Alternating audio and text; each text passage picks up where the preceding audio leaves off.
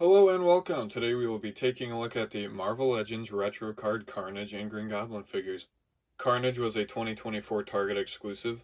I was lucky enough to get the last one in store. And Green Goblin is the fan channel reissue. I found him at GameStop recently and now it seems like there's one there every time I go. So without further ado, let's get these guys opened up. Starting off with Carnage.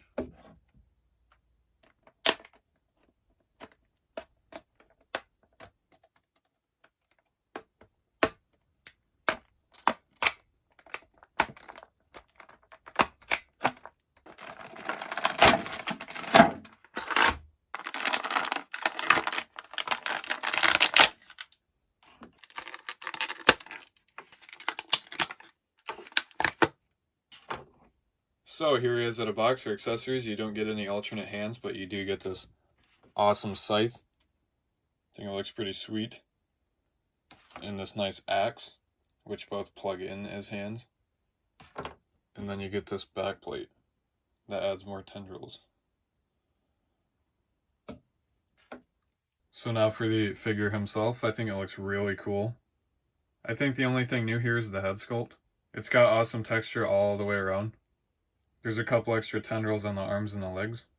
He can't close his mouth, but I don't really care. So for articulation, his head can go up that far, which is really far. Down that far, which is really far. You can see there's a hinge at the neck. Not much tilt. His arm can go up that far. Bicep swivel. Double jointed elbow. So it goes in about that far. It feels kind of gummy. Swivel and hinge at the hand. It can go all the way up and all the way down. Butterflies add a little, but not that much. There's an ab crunch at the torso, so back that far, forward that far. There's a waist swivel. He can just about do the splits. There's a thigh swivel. Goes about that far back, that far forward. Double jointed knee, so back that far. There is a calf swivel. Foot can go back that far, forward that far. Decent amount of side to side. There are pins, so the arms are pretty flimsy. I think the leg is a lot better. If you wanted to, you could peg this in, and I think it makes it look even better. Pull this in. Oh. Stick the axe in.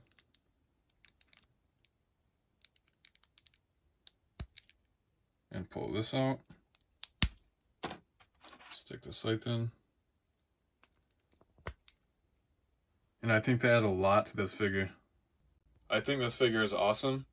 It is kind of hard to get him to stand sometimes, especially with all of the accessories in. But I don't think they could have done much to fix that. The only other thing is that I wish it had come with a Cletus Cassidy head. This would have been the perfect chance to get one with a more modern face print. But regardless, I think this is a really badass figure. So of course I 100% recommend picking him up. Just watch out, he goes for a decent chunk of money on the aftermarket, so I would not be surprised if he got a reissue. Now for Green Goblin.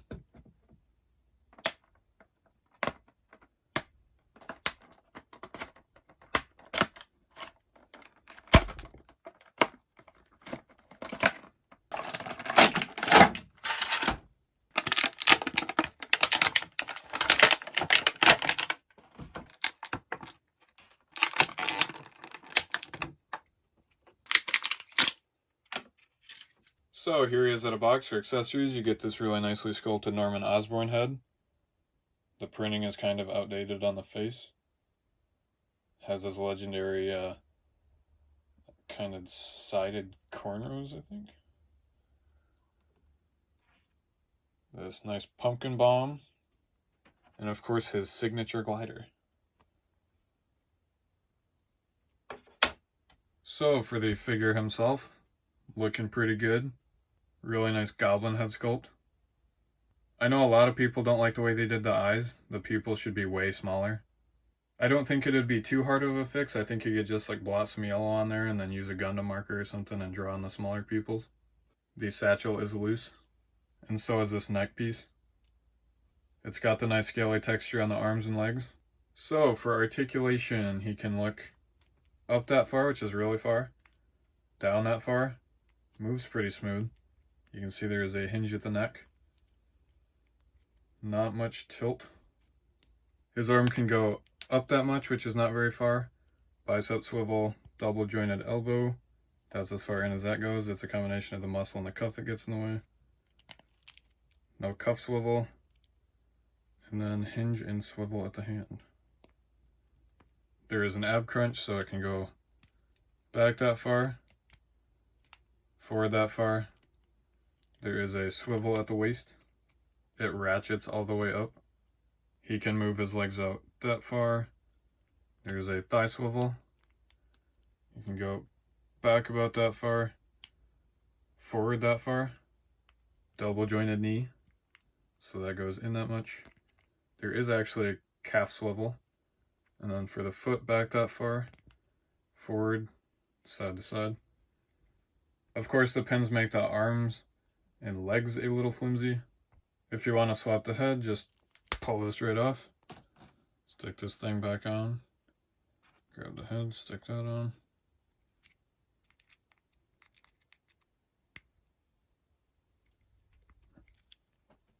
And here he is. It is a pain in the ass to get the pumpkin bomb to stay in his hand. Just falls out every single time. So I'll just stick him in his glider.